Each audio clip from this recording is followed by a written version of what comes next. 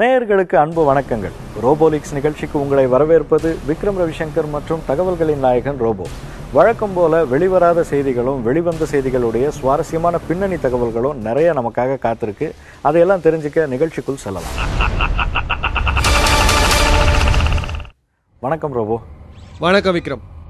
இலை கட்சி இரு அணிகள் இணைப்பு குறித்த தகவல்கள், சூரிய கட்சியின் பவழ விழா நோக்கமும் அதற்கான ஏற்பாடுகளும், தேசிய தலைவர் வருகையை முன்னிட்டு பிரம்மாண்ட வரவேற்பு ஏற்பாடுகளுக்கு திட்டமிட்டிருக்கிற தாமரை கட்சி, மலையாள நடிகர் சம்பந்தப்பட்ட வழக்கு தொடர்பான வெளிவராத அதிர்ச்சி தகவல்களும் திருப்பங்களும். ஸோ இதெல்லாம் தான் இன்னைக்கு நாம பேச போற சப்ஜெக்ட்ஸ். ஏன் நிறுத்திட்ட? ஒன்னொன்னா ஆரம்பிச்சு அப்படியே போக வேண்டியது தானே? என்ன விக்ரம், நீ கேட்காம நானே பட்டியலிட்டுட்டேன்னு கோபமா? கேள்வி கேட்கறது மட்டும்தான் இங்கே என்னோட வேலை. அதை கூட செய்ய விடாம நீயே எல்லாத்தையும் பேசினா கோவம் வராதா? ஓகே, தப்புதான். இப்போ ஆரம்பிக்கட்டா வேண்டாமா? அப்படியே நீ பட்டியலிட்ட ஆர்டர்லயே போலாம். இலைக்கட்சி அணிகள் இணைப்பை பத்தி தகவல் இருக்குன்னு. இப்போதைக்கு இணைப்புக்கான வாய்ப்பு ரொம்ப கம்மிங்கிறது தான் அந்த தகவல். என்ன ரோபோ சொல்ற? இப்போதான் திடீர்னு புதிய நிர்வாகிகள் பட்டியலை வெளியிட்ட கட்சி துணைத் தலைமை இணைப்புக்காகத்தான் நானும் பாடுபடுறேன்னாரு. அவர் அந்த மாதிரி சொல்லலைன்னா தான் ஆச்சரியம் விக்ரம். இணைப்புக்காக பாடுபடுற மனுஷன் எதுக்கு தன்னுடைய ஆதரவாளர்கள் நிறைஞ்ச புது பட்டியலை திடீர்னு வெளியிடணும்? ஆமா, ஏன் திடீர்னு வெளியிடணும்? ஆட்சி செய்யற அணிக்கும் முதன்மையானவருக்கும் தன்னை ஒதுக்கி வைக்கிறதா சொன்ன பிரதிநிதிகளுக்குமான எச்சரிக்கைன்னு இதை சொல்லலாம். எதுக்கான எச்சரிக்கை? ரெண்டு பேரும் இணைஞ்சிங்கன்னா அவ்வளவுதான் அப்படிங்கிறாரோ? எக்ஸாக்டா அப்படித்தான் கட்சிக்குள்ள பேசிக்கிறாங்க. பெரிய குளத்தார் அணியோட இணையறதுல துணைத் தலைமைக்கு கொஞ்சம் கூட விருப்பம் இல்ல. பெரிய குளத்தார் அணியுடைய நிர்வாகிகள் பட்டியல் தயார்னு போன வாரம் நாம சொன்னோமே, ஞாபகம் இருக்கா? நல்லாவே ஞாபகம் இருக்கு ரோபோ. அது இப்பதானே நிரூபணமாச்சு. அந்த பட்டியலில் இருக்கிற நிர்வாகிகள் எல்லாரும் தலைநகருக்கு வந்துட்டாங்களே. பெரிய குளத்தார் ரெடி பண்ணி வச்சிருக்கிற நிர்வாகிகள் காலையில தலைநகருக்கு வர்றாங்க. மாலையில தன்னுடைய அணியின் புதிய பட்டியலை துணைத் தலைமை வெளியிடுறாரு. இதுல இருந்தே புரியல? இப்போதான் ரோபோ கொஞ்சம் கொஞ்சமா புரிய வருது. நடக்கிறதெல்லாம் வச்சு பார்த்தா இணைப்பு இப்போதைக்கு சாத்தியம் இல்லை போல இருக்க. லேட்டா புரிஞ்சுக்கிட்டாலும் சரியா புரிஞ்சுக்கிட்ட விக்ரம். Very good.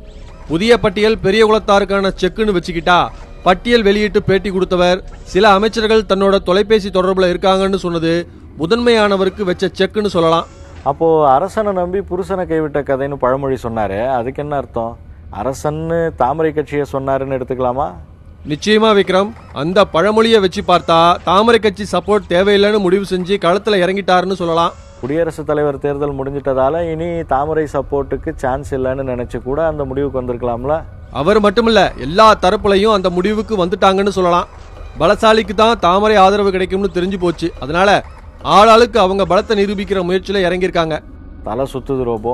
ஆனா எப்படியோ சுத்தி கடைசியில கரெக்டா மேட்ரை புரிய வச்சுட்ட. அடுத்த மேட்ருக்கு வா.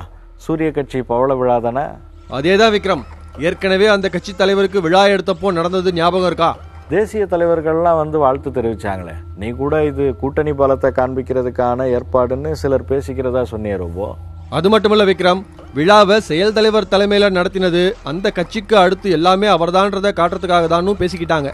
அதே மாதிரி இன்னும் சில தினங்கள்ல நடக்க இருக்கிற பவள விழாவுக்கும் நோக்கம் இருக்கிறதா சொல்லப்படுது. நோக்கங்கள் இல்லாம எந்த அரசியல் விழா நடந்திருக்கு? என்ன நோக்கம்னு தான் உங்ககிட்ட கேட்கிறேன். வளவளன்னு இழுக்காம பட்டுன்னு மேட்ரை போட்டு உடைச்சிரு. இலை கட்சிக்கு எதிராக மற்ற கட்சிகள் எல்லாத்தையும் திரட்டுறதுதான் திட்டமா. அப்படி திரட்டுறதன் மூலமா இந்த ஆட்சிக்கு எவ்வளவு எதிர்ப்பு இருக்குன்னு நிரூபிக்க போறாங்களாம். ஓகே, அதனாலதான் உலக நடிகரையும் பேசுறதுக்கு அழைச்சிருக்காங்க. இப்போ உலக நடிகர் இருக்கிற மனநிலையில எதிர்கட்சி நடத்துற விழா மேடையில என்ன பேசுவாரு, எப்படி பேசுவாருன்னு நான் சொல்ல தேவையில்லை, உனக்கே தெரியும். எனக்கு மட்டும் இல்ல ரோபோ, மக்களுக்கும் நல்லாவே தெரியும். இந்த மேடையில பேச வச்சு உலக நடிகரும் அவருடைய ரசிகர்களும் எங்க பக்கம் தான் இருக்காங்கன்னு சூரிய கட்சி காட்ட போகுது. அப்படிதானே? எங்க பக்கம் இருக்காங்கிறத விட உங்களுக்கு எதிராக இருக்காங்கன்னு காட்டினாலே இப்போதைக்கு போதும்னு நினைக்கிறாங்க விக்ரம். அவ்வளவுதான். இது உலக நடிகருக்கு மட்டும் இல்ல ரோபோ, அவங்க அழைச்சிருக்கிற எல்லாருக்கும் பொருந்தும். மொத்தத்தில் ஆட்சிக்கு எவ்வளவு எதிர்ப்புன்னு காட்டணும். ரைட்டு. இப்போ தாமரை கட்சிக்கு வா. நீ சொன்ன மாதிரியே தேசிய தலைவர் வருகை கன்ஃபார்ம் ஆயிடுச்சு. அவருடைய வருகை மட்டுமில்ல விக்ரம், வருகைக்கு அப்புறமா மாநில அணியோட வளர்ச்சிக்காக பெரிய அளவுல நிதி ஒதுக்க போறாங்கன்னு சொன்னேனே, அதுவும் கன்ஃபார்ம் ஆயிடுச்சு. ஆமா, மாவட்டத்துக்கு ஆவரேஜா 3 கோடி ஒதுக்க போறாங்கன்னு சொன்னியே, அறிவிச்சிட்டாங்களா என்ன? இதெல்லாம் அறிவிக்கணுமா விக்ரம்? அவங்க செயல்படுத்தவே ஆரம்பிச்சிட்டாங்க. முதல் கட்டமா தாமரை தேசிய தலைவர் வர்றப்போ அவருக்கான வரவேற்பு ஏற்பாடு பிரம்மாண்டமா இருக்கணும்னு முடிவு செஞ்சிருக்காங்க. பிரம்மாண்டமானா எப்படி? சினிமா செட் ஏதாவது போட போறாங்களா என்ன? அடா, அது இல்ல விக்ரம். ஒவ்வொரு மாவட்டத்துக்கும் அவர் வரும்போது கூட்டம் அலைமோதணும்னு முடிவு செஞ்சு கூட்டத்தை கூட்ட வேண்டிய பொறுப்பு மாவட்ட நிர்வாகிகள் கிட்ட ஒப்படைக்கப்பட்டிருக்கு. சூரிய கட்சியோ இலை கட்சியோ பொதுக்கூட்டம் நடத்தினா தமிழ்நாட்டில் எவ்வளவு கூட்டம் கூடுமோ அந்த அளவுக்கு கூட்டத்தை கூட்டி மாஸ் காட்டணும்னு முடிவு செஞ்சிருக்காங்க. பிரம்மாண்டங்கிறது மேடையை போடுறதுல இல்லை, கூட்டத்தை கூட்டுறதுல தான் இருக்குன்றத ஒரு வழியாக புரிஞ்சுக்கிட்டாங்க. ஆனால் கூட்டம் வரணுமே, எப்படி? என்ன விக்ரம், நம்ம ஊர் கட்சிகள் மாதிரின்னு க்ளூ கொடுத்தும் இப்படி ஒரு கேள்வியை கேட்குற? ஓஹோஹோ, புரியுது. வழக்கமான திட உணவு திரவ உணவு போக கையில் எவ்வளோ அமௌண்ட் கொடுக்க போகிறாங்களா? தலைக்கு 500 ரூபாய் வரைக்கும் கொடுக்க தயாராக இருக்காங்களாம். அப்படி போடு, நம்ம ஊரை சரியாக புரிஞ்சுக்கிட்டாங்கன்ற. அடுத்த சப்ஜெக்ட் என்ன ரோபோ? அரசியலில் எல்லாத்தையும் ஓரளவுக்கு டச் பண்ணிட்டோன்னு நினைக்கிறேன். அப்படியெல்லாம் முடிவு பண்ணிடக்கூடாது விக்ரம். நாம பேசிக்கிட்டு இருக்கிற இந்த நேரத்தில் கூட அரசியலில் ஏதாவது திருப்பம் ஏற்படலாம். உனக்கு என்ன வேணும்னு மட்டும் கேளு. அதுவும் சரிதான். ஆனால் இந்த செக்மெண்ட்லேயும் அரசியல் பின்னணிகளை பேசினா நல்லாவா இருக்கும்? வேற ஏதாவது இருந்தால் சொல்ல.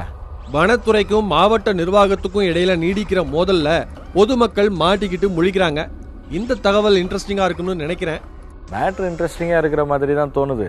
ஆனால் இப்படி திடுதிப்புன்னு ஆரம்பிக்கிறியே, எந்த மாவட்டத்தில் அந்த பிரச்சனை? வேற எங்க விக்ரம், தேனி மாவட்டத்தில் தான். அங்கதான் பெரும்பகுதி வனப்பகுதியா இருக்கு, அதனால தான் பிரச்சனை வருது. ஆமாம், அங்கே தானே பொதுமக்களையும் விவசாயிகளையும் வனத்துக்குள்ளே நுழைய விடாமல் உலகத்தில் உள்ள அத்தனை சட்டங்களையும் பின்பற்றி காடுகள் பாதுகாக்கப்படுது. அது நல்ல விஷயம் தானே விக்ரம், ஏன் இப்படி நக்கலா சொல்ற? மறுபடியும் வம்புல மாட்டி விடாத ரோபோ, நான் சீரியஸாக தான் சொன்னேன். காட்டை பாதுகாக்க அவங்க ஸ்ட்ரிக்டா இருக்கிறது நல்லதுதான். அதுக்காக வளர்ச்சி பணிகள் கூட எதுவும் நடக்கக்கூடாதுன்னு நினைக்கிறது கொஞ்சம் வருத்தமா இருக்கு. காடுகள் அழிகிறதுல தானே வளர்ச்சி இருக்குன்னு எல்லாரும் நினைக்கிறாங்க. தேவை அப்படி இருக்கும்போது வேற என்ன விக்ரம் செய்ய முடியும்? சரி, இந்த விஷயத்தை நாம் ஆர்கியூ பண்ண ஆரம்பித்தா மேட்ரு எங்கெங்கேயோ போய் குளோபல் வார்மிங்கில் வந்து நிற்கும். நீ தேனியில் இப்போ என்ன ஆச்சுன்னு சொல்லு. அதுவும் சரிதான். கடந்த சில வாரங்களுக்கு முன்னாடி தேனி மாவட்டத்தில் மழை இல்லாம கடுமையான குடிநீர் பஞ்சம் ஏற்பட்டு பொதுமக்கள் போராட்டம் நடத்துற அளவுக்கு நிலைமை வந்துடுச்சு. அந்த பிரச்சனையை தீர்க்கறதுக்காக வருஷநாடு பகுதியில் ஆழ்துளை கிணறு அமைக்க ஆட்சியர் உத்தரவிட்டாரு. வருவாய்த்துறையினரும் அதுக்கான பணிகளுக்கு ஆயத்தமான போதான் பிரச்சனை வெடிச்சது. கிணறு அமைக்க அவங்க தேர்ந்தெடுத்த இடம் தங்களோடதுன்னு வனத்துறையினர் சொல்லியிருப்பாங்க, கரெக்டா? கரெக்ட் விக்ரம். தங்களோட இடம்னு சொன்னதோட அனுமதி இல்லாம உள்ள நுழைஞ்சது தவறுன்னும் ஆழ்துளை கிணறு அமைக்க முயற்சிப்பது குற்றம்னு சொல்லி அவங்கள அங்கிருந்து வலுக்கட்டாயமா வெளியேற்றி இருக்காங்க. அது மாவட்ட ஆட்சியர் உத்தரவுன்னு வருவாய்த்துறையினர் சொல்லியுமா கேட்கல? அந்த உத்தரவெல்லாம் தங்களை கட்டுப்படுத்தாதுன்னு சொல்லி அனுப்பிட்டாங்க. இந்த சம்பவம் ஆட்சியருக்கு தெரிய வந்திருக்கும். என்ன பண்ணாரு? உடனடியா மாவட்ட வனத்துறை அதிகாரிய அலைபேசியில அழைச்சு கடுமையா சாடி இருக்காரு. அந்த உரையாடல் ஆடியோ வடிவுல வாட்ஸ்அப்ல பரபரப்பு பத்திக்கிச்சு. ஐயோ, வாட்ஸ்அப் ஆடியோ ஆட்சியருக்கு மேலிடத்துல கடுமையான சிக்கலை உண்டாக்கி இருக்குமே. உடனே மேகமலை வனப்பகுதியில வெட்டி கடத்தப்பட்ட மரங்களை ஆய்வு செய்ய மாவட்ட வருவாய் அலுவலருக்கு ஆட்சியர் உத்தரவு பிறப்பிச்சாரு. ஓ, பதில் நடவடிக்கை தான் இந்த உத்தரவு. ஆய்வு நடந்துச்சா? ஆய்வு நடந்துச்சு. ஆனா அதுக்கப்புறம் மரம் கடத்தல் சம்பவம் தொடர்பான எந்த தகவலும் வெளியாகல. பிரச்சனையோட முடிவு தான் என்ன? இன்னும் முடியல விக்ரம், தொடர்ந்துகிட்டு தான் இருக்கு. சில நாட்கள் கழிச்சு மாவட்ட விவசாயிகள் குறைதீர்க்கும் கூட்டம் நடந்தப்போ எப்பவும் கலந்துக்கிற வனத்துறை மாவட்ட அலுவலர் கலந்துக்கல. அந்த கூட்டத்துல விவசாயிகளும் விவசாய அமைப்புகளும் வனத்துறையினர் தொல்லை கொடுக்கறாங்கன்னு ஆட்சியர்கிட்ட புகார் தெரிவிக்க, அதுக்கு அவரு, நான் வனத்துறையினரை எதுவும் கேட்க மாட்டேன், அவங்க எனக்கே தவறான தகவல்களை தராங்க, நீங்களே நேரடியா வனத்துறை அதிகாரிகள் கிட்ட கேட்டுக்கோங்கன்னு சொல்லியிருக்காரு. வனத்துறைக்கும் தனக்கும் சம்பந்தம் இல்லைங்கிற ரீதியில பேசியிருக்காரு. விவசாயிகள் குழம்பி போயிருப்பாங்களே. குழம்பாம பிரச்சனைக்கு மூல காரணமே வனத்துறை தான் நினைக்கிறாங்க. அவங்க கிட்டயே போய் நியாயம் கேட்டுக்கோங்கன்னு சொன்னா. ஆக தேனி மாவட்டத்துல பல்வேறு வளர்ச்சி பணிகளுக்கு பல்வேறு வகையில வனத்துறையினர் முட்டுக்கட்டையா இருக்காங்கன்றது ஆட்சியருடைய வாதம். ஆனா காட்டை பாதுகாக்கிறதுக்காகத்தான் அப்படி இருக்கும்னு வனத்துறையினர் சொல்றாங்க. ஆனா தொடர்ந்து மரக்கடத்தல் சம்பவங்களும் நடந்துகிட்டு தான் இருக்கிறதா வனத்துறை அதிகாரிகளோட நெருக்கமா இருக்கிறவங்களே பேசிக்கிறாங்களே. அது வேற சப்ஜெக்ட் ரோபோ, அப்புறமா பேசிக்கலாம். இப்போதைக்கு வனத்துறைக்கும் மாவட்ட நிர்வாகத்துக்கும் இடையில நடக்கிற பனிப்போர் முடிவுக்கு வந்தாதான் மக்களுக்கு நிம்மதி. அது நடக்கும்னு நம்புவோம். அடுத்த மேட்டருக்கு வா. கோர்ட்டுக்குள்ள குற்றவாளியை பிடிக்க காவலர்கள் சிலர் முயற்சி செஞ்சதுல பெண் வழக்கறிஞர் ஒருத்தர் படுகாயம் அடைஞ்சு வழக்கறிஞர்கள் போராட்டம் நடத்துற அளவுக்கு போயிடுச்சு. மறுபடியும் பாத்தியா, ஸ்பாட்டை சொல்லாம சம்பவத்தை மட்டும் சொல்ற. எங்க நடந்துச்சு? செங்கல்பட்டு மாவட்ட கூடுதல் நீதிமன்றத்தில் நடந்த சம்பவம் தான் இது. டீட்டெயிலா சொல்லிட்டேன், போதுமா? ஓகே, லொகேஷனை டீட்டெயிலா சொல்லிட்டேன். இப்போ மேட்டரை டீட்டெயிலா சொல்லு. கொலை குற்றம் சாட்டப்பட்ட நபர் ஒருத்தர் விசாரணைக்கு வந்திருக்காரு. இன்னொரு வழக்கு விசாரணைக்காக அந்த நபரை கைது செய்ய காவலர்கள் 3 பேரு மஃப்டியில காத்திருந்தாங்க. வேறொரு தேதிக்கு வர சொல்லி உத்தரவு வந்ததும் அவர் நீதிமன்றத்தை விட்டு வெளியே வந்திருக்காரு. அது வரைக்கும் காத்திருந்த காவலர்கள் அந்த நபரை பிடிக்க முயற்சி செஞ்சிருப்பாங்க. அவர் அங்கேயும் இங்கேயும் ஓடினதுல தவறுதலா அந்த பெண் வக்கீலை தள்ளி விட்டுருப்பாங்க. இது நடக்கிறது தானே? அந்த பெண் வக்கீல் நிலை குலைந்ததுல கதவுல மோதி தலையில பலத்த காயம் ஏற்பட்டு ரத்தம் கொட்டும் போது கூட குற்றவாளியை பிடிக்கிறதுல தான் காவலர்கள் குறியா இருந்திருக்காங்க. குற்றவாளியை பிடிக்கிற முயற்சியில இதெல்லாம் நடக்கிறது சகஜம்தான். அவங்கள மீட்டு முதலுதவி செய்யலைனாலும் மன்னிப்பாவது கேட்டிருக்கலாம். இது பாயிண்ட். மற்ற வக்கீல்கள் சேர்ந்து அவங்கள மீட்டு மருத்துவமனைக்கு அனுப்பியிருப்பாங்களே. அனுப்பிட்டாங்க விக்ரம். அதுக்கப்புறம் அந்த காவலர்களை அழைச்சும் அவங்க நீதிமன்றத்துக்குள்ள வராம அடம்பிடிச்சிருக்காங்க. அடிப்பட்டவங்க வேற பெண் வழக்கறிஞர் சங்கத்தினுடைய முக்கிய நிர்வாகியாம். அப்புறம் எப்படி உள்ள வருவாங்க? அவங்க வரலன்னா வழக்கறிஞர்கள் சும்மா விட்டுருவாங்களா? 3 பேரையும் பிடிச்சு மாவட்ட முதன்மை நீதிபதி முன்னாடி நிறுத்தியிருக்காங்க. வழக்கு பதிவு செஞ்சு நடவடிக்கை எடுக்கணும்னு கேட்டிருப்பாங்களே. கேட்காமலா இருப்பாங்க? செங்கல்பட்டு வக்கீல்கள் சங்கத்துல இருந்து ஏராளமானவங்க வந்துட்டாங்களே. காவலர்கள் தரப்புல யாருமே வரலையா? தகவல் கிடைச்சதும் டிஎஸ்பியும் டவுன் இன்ஸ்பெக்டரும் வந்தாங்க. ஆனாலும் நீண்ட நேர போராட்டத்துக்கு அப்புறமா தான் அந்த 3 காவலர்களையும் கூட்டிட்டு போனாங்க. இதனால கிட்டத்தட்ட 3 மணி நேரத்துக்கு கோர்ட் பரபரப்பா இருந்துச்சு. இல்லாம பின்ன கருப்பு சட்டைக்கும் காக்கி சட்டைக்கும் தகராறுனாலே பரபரப்பு தானே. சரி, நம்ம ஒரு பிரேக் போயிட்டு வரலாம். சொல்லு ரோபோ, நடிகர் திலீப் எப்படி இருக்காரு? என்ன விக்ரம், ஸ்ட்ரைட்டா மேட்ருக்குள்ள என்டர் ஆயிட்ட? வழக்கம் போல நேரம் தான் காரணமா? அதுவும் ஒரு காரணம் தான். அதை விட கடந்த 2 வாரமா ரசிகர்கள் ஆர்வத்தை தூண்டி விட்டுட்டேல. இப்போ இந்த வாரமும் திலீப் இருப்பாருன்னு எல்லாரும் ஆவலா இருப்பாங்க. எதுக்கு சுத்தி வளைச்சிக்கிட்டு? ஓகே விக்ரம், நடிகை பாலியல் துன்புறுத்தலுக்கு ஆளாக்கப்பட்டு அதை வீடியோ எடுத்த வழக்கில் கைது செய்யப்பட்ட திலீப் இப்போ கொச்சி ஆலுவா சிறையில் இருக்கார். அவருக்கு ஜாமீன் வழங்க கேரள உயர்நீதிமன்றமே மறுத்துருச்சு. திலீப்பை உள்ள போட்டுட்டு வெளியில இருந்து போலீஸ் தீவிர விசாரணையில களமிறங்கி இருக்கு. தீவிர விசாரணைனா எப்படி, என்ன மாதிரி? அதான் விக்ரம், எப்படி எல்லாம் ஆதாரம் திரட்டணுமோ திரட்டிட்டு இருக்காங்க. குறிப்பா சொல்ல போனா திலீப்போட மேனேஜர் அப்புண்ணி சில நாட்கள் தலைமறைவா இருந்தான்னு சொன்னாங்களே, அவர் போலீஸ் கஸ்டடியில தான் இருந்திருக்காருங்கிற உண்மை இப்போதான் தெரிய வந்திருக்கு. எப்படி ரோபோ, போலீஸ் கஸ்டடியில வச்சுக்கிட்டே தலைமறைவுன்னு சொன்னாங்க? போலீஸ்ல இதெல்லாம் சகஜம் விக்ரம். இந்த வழக்குல முக்கியமான ஆள் இந்த அப்புண்ணி, திலீப்போட மேலாளர். இவர்கிட்ட தான் நடிகைய பாலியல் வன்கொடுமை செஞ்சு வீடியோ எடுத்த பல்சர் சுனி ஜெயில இருந்து 36 முறை பேசியிருக்கார். ஆமா ரோபோ, ஏற்கனவே சொல்லியிருந்தியே. சினிமா பாணியில பல்சர் சுனிட்ட மொபைல் ஃபோன் போனது, சிசிடிவி இருக்கிற இடமா பார்த்து பேச வச்சது, அவர் யார்கிட்ட பேசினார்ன்றது எல்லாமே. அதேதான் விக்ரம். அப்படி பல்சர் சுனி திலீப்போட மேலாளர் அப்புண்ணி கிட்ட பேசினது தெரிஞ்சதுமே அப்புண்ணிய போலீஸ் வளைச்சு பிடிச்சு கஸ்டடியில வச்சுக்கிட்டாங்களாம். ஓ, புதிய திருப்பமா இருக்கே.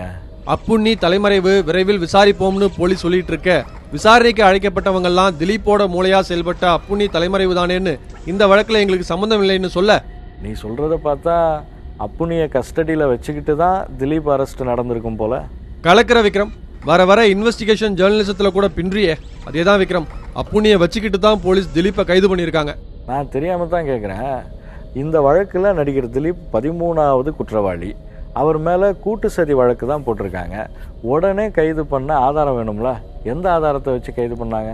திலீப் கைதுக்கு முன்னாடி அப்புண்ணி மூலமா போலீஸுக்கு நடிகை பாலியல் துன்புறுத்தல் செய்யப்பட்ட வீடியோ கிடைச்சிருச்சான். அதனாலதான் இந்த அதிரடி கைது நடவடிக்கைன்னு சொல்றாங்க. என்ன ரோபோ, ஷாக் கொடுக்கறதுக்கு ஒரு அளவு வேணாமா? அந்த வீடியோ தானே இந்த வழக்குல பிரதானம். அதுவே கிடைச்சிருச்சுன்னா வழக்கே முடிஞ்சிருமே. எப்படி விக்ரம் முடியும்? வீடியோ ஆதாரத்தை மட்டும் வச்சுக்கிட்டு இது திலீப் பணம் கொடுத்து செய்ய வச்சதுன்னு சொல்ல முடியுமா? அதனாலதான் போலீஸ் அமைதியா காய் நகர்த்துறாங்க. முதல் நடவடிக்கை திலீப் கைது, அதுக்கு ஆதாரம் இந்த வீடியோ. அப்படியா? அப்போ திலீப் மேலாளர் அப்புண்ணி கஸ்டடி விஷயம் சீக்ரெட் மாதிரி அந்த வீடியோவும் சீக்ரெட், அப்படிதானே? ஆமா விக்ரம், முதல்ல அப்புண்ணிய கஸ்டடியில வச்சுக்கிட்டு பாலியல் வன்கொடுமை வீடியோவை கைப்பற்றுறாங்க. அதாவது அந்த வீடியோ பதிவு பண்ணின ஒரிஜினல் மெமரி கார்டு கைப்பற்றப்பட்டதான்னு இதுவரைக்கும் தெரியாது. ஆனா வீடியோ அப்புண்ணி மூலமா போலீஸுக்கு கிடைச்சாச்சு. அந்த வீடியோவை போலீஸ் மூலமா முதலா யார் பார்த்தது தெரியுமா? யாரா இருக்கும்? போலீஸ் டிஜிபியா இருக்குமோ? முக்கிய ஆதாரத்தை போலீஸ் டிஜிபி பாக்குறதுங்கிறது வழக்கம் தானே. அது போலீஸ்ன்ற வட்டத்துக்குள்ள வந்துடும். நான் கேட்டது போலீஸ் மூலமா முதலா பார்த்தது யாருன்னு. யூகிக்க முடியலையே ரோபோ. சில நேரங்களில் நீ ஷார்ப்பா இருக்க மாட்டேங்கிறிய விக்ரம். முதலான்னு திரும்ப சொல்லியும் கண்டுபிடிக்க முடியலையா? நீயே சொல்லிட. டிஜிபி பார்த்ததும் அந்த வீடியோ நேரா கேரளா சிஎம் கிட்ட போகுது. ஆஹா, மெயின் சுவிட்சுக்கே போயிருச்சா? எஸ் விக்ரம், சுமார் 15 நிமிடங்களுக்கு மேல ஓடுற அந்த வீடியோவை சும்மா 4-5 செகண்ட் தான் சிஎம் பார்த்திருக்காரு. அடுத்து அவர் வாயிலிருந்து வந்தது இமீடியட்டா திலீப்பை அரெஸ்ட் பண்ணுங்கிறதானா.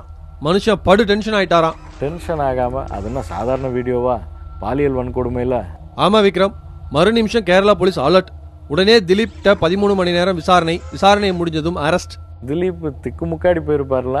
ஆமா, என்னடா போலீஸ் அரெஸ்ட் வரைக்கும் வந்துருச்சு, என்ன ஆதாரம், வீடியோ வச்சிருக்கிற அப்புண்ணி வேற அப்ஸ்காண்டிங், எப்படி இப்படின்னு மனுஷன் ஆடி போயிட்டார். இருந்தாலும் ஜாமீன் கிடைக்கும், அப்புறம் பாத்துக்கலாம்னு கொஞ்சம் சமாதானம் ஆயிருக்கார். கொச்சி ஆலுவா நீதிமன்றத்துல ஜாமீன் மனு தள்ளுபடி ஆயிருக்கு. சாதாரண மேஜிஸ்ட்ரேட் கோர்ட் தானே, ஹைகோர்ட்ல பாத்துக்கலாம்னு திலீப் நினைக்க அங்கேயும் ஜாமீன் மனு தள்ளுபடி ஆகுது, சிறைவாசம் தொடருது. சரி ரோபோ, திலீப் ஜாமீன் மனு தள்ளுபடி பண்றதுக்கு கோர்ட்டுக்கு ஆதாரம் சமர்ப்பிக்கணும்ல? சரியான கேள்வி கேட்ட விக்ரம். இப்போதான் நீ ஷார்ப்புங்கிறத ப்ரூவ் பண்ற. சரி சரி, மேட்ருக்கு வா. கோர்ட்டுக்கு இந்த வீடியோ ஆதாரம் தான் சமர்ப்பிக்கப்பட்டிருக்கு. அப்படின்னா அது வெளியில வந்திருக்குமே, போலீஸ்ல இருக்குன்னு சொன்ன. விக்ரம், கோர்ட் ப்ரொசீஜர் ஒன்று இருக்கு, விளக்கமா சொல்றேன். ஒரு வழக்குல முக்கிய ஆதாரத்தை வெளிப்படையா சொல்லணும்னு அவசியம் இல்லை. வழக்கு நடந்துட்டு இருக்கும் போது அதற்கான ஆதாரத்தை சீல்டு கவர் மூலமா கோர்ட்ல சமர்ப்பிக்கலாம். அப்படி நடிகை வீடியோ 2 கோர்ட்டுக்கும் சீல்டு கவர்ல சமர்ப்பிக்கப்பட்டிருக்கு. ஓ, அத ஜட்ஜஸ் மட்டும்தான் பார்க்க முடியும் இல்லையா? ஆமா விக்ரம், அப்படி ஜட்ஜஸ் மட்டும் அந்த ஆதாரத்தை பார்த்திருக்காங்க. இந்த வழக்குல இன்னும் விசாரணை நடத்தப்பட இருக்கிறதால திலீப்புக்கு ஜாமீன் வழங்கக்கூடாதுன்னு ஒரு வரி சொன்னா போதும். அந்த ஒரு வரியில தான் திலீப் ஜாமீன் மனு தள்ளுபடி ஆயிருக்கு. ஆமா விக்ரம், இனி திலீப் சுப்ரீம் கோர்ட்டுக்கு போனா கூட இந்த வீடியோ அங்கேயும் சீல்டு கவர்ல போகும், அங்கேயும் வேலைக்கு ஆகாது. அப்போ திலீப் சிறைவாசம் நீளுன்ற. அதுக்கு தான் வாய்ப்பு அதிகம். அப்போ சினிமாவில் ஹீரோவா இருந்த திலீப்பை நிஜத்துல வில்லனா மாத்தினதுல மெயின் ஆளு அவரோட மேனேஜர் அப்புனிதான்னு சொல்ல வர்ற. இப்படி கூட சொல்லலாம் விக்ரம். சினிமாவில் திலீப் ஹீரோனா, நடிகை பாலியல் வன்கொடுமை வழக்குல போலீஸுக்கு திலீப் மேலாளர் அப்புனி தான் ஹீரோ. நிச்சயமா ரோபோ, நான் கூட நினைச்சேன் என்னடா படப்படன்னு இந்த கேஸ் மூவ் ஆகுதுன்னு. மெயின் ஆள் அப்புனி கொடுத்த வீடியோ ஆதாரமும் அவரோட வாக்குமூலங்களும் தான் காரணம். அப்புனி ஆப்புண்ணியா இருந்திருக்காரு. ஆமா விக்ரம், திலீப்போட 2வது மனைவி காவியா மாதவன், காவியாவோட அம்மா ஷியாமலா, பாடகி ரிமி டோனி, மிமிக்ரி ஆர்டிஸ்ட் நாதுர் ஷா, இப்படி விசாரணை பட்டியல் நீளுது. அப்புண்ணியால கைது பட்டியலும் நீள போகுதுன்னு சொல்லு. நிச்சயமா, அப்படி எல்லாத்தையும் ரெடி பண்ணி வச்சுக்கிட்டு தான் போலீஸ் அப்புண்ணிய சரண்டர் ஆகிற மாதிரி காமிச்சிருக்காங்க. விசாரணையில போலீஸுக்கு உதவின அப்புண்ணிய காட்டி கொடுக்க கூடாதுல்ல, அதனால இந்த சரண்டர் நாடகம். இது கொஞ்சம் பெரிய கதை தான், அதனால சரண்டர் நாடகம்னு இல்லை, சரண்டர் சினிமான்னு சொன்னாதான் நல்லா இருக்கும். ஓகே விக்ரம், முன்னாடியே நேரம் இல்லைன்னு சொன்னேன். அதனால இந்த வாரம் அப்புண்ணி சரண்டர், அதுக்கு முன்னாடியே அப்புண்ணி போலீஸ் கஸ்டடி, சிக்கிய வீடியோ ஆதாரம், இப்படி மேட்டர்களை சொல்லியாச்சு. எல்லாமே சூப்பர் ரோபோ. அதுவும் அந்த வீடியோ போலீஸ்ல சிக்கின விஷயத்த நீ தான் கேரளாவுக்கே ஃபர்ஸ்ட் சொல்லியிருப்ப போல. அங்க உன் ரசிகர்கள் அதிகம் இருக்கிறதாலையா? அப்படிலாம் இல்லை விக்ரம், கசிவு எங்கிருந்தாலும் நம்மளை தாண்டி போகக்கூடாது, நாம தான் முதல்ல அடிக்கணும். அந்த வெறி எனக்கு எப்பவும் உண்டு. அது நம்ம டீம்ல எல்லாருக்குமே உண்டு ரோபோ. சரி, அடுத்த வாரம் என்ன வச்சிருக்க திலீப் மேட்டர்ல? இந்த கேஸ்ல மேட்டருக்கா பஞ்சம். திலீப் சவுதியில இருந்து தங்கம் கடத்தினதா சொல்லப்படுறது, அதுல இப்போ இருக்கிற கேரள முன்னணி நடிகர்களுக்கு தொடர்பு இருக்கிறதா சொல்லப்படுறது. அடுத்து திலீப் இந்த வழக்குல குற்றவாளின்னு சொன்னப்போ அவரை விட்டு கொடுக்க மாட்டோம்னு சொன்ன போது கூட சில முன்னணி நடிகர்கள் வாய் திறக்காம இருந்ததுக்கான காரணம், இப்படி அடுக்கிக்கிட்டே போலாம். போச்சுடா, இன்னும் சில வாரங்கள் இதுக்காகவே நேரம் ஒதுக்கணுமா? சரி, நல்ல மேட்டர் தான், ஒதுக்குவோம். அது ஏன் விக்ரம் இழுக்கிற? சந்தோஷமா தான் சொல்ல. ஓகே ரோபோ, அடுத்த வாரம் சந்திக்கலாம். நன்றி. நேயர்களே, நம்ம நிகழ்ச்சி தொடர்பான உங்கள் கருத்துக்களை robo@newgenmedia.in மின்னஞ்சல் முகவரிக்கு எழுதி அனுப்புங்க. மற்றொரு நிகழ்ச்சியில் சந்திக்கலாம். நன்றி.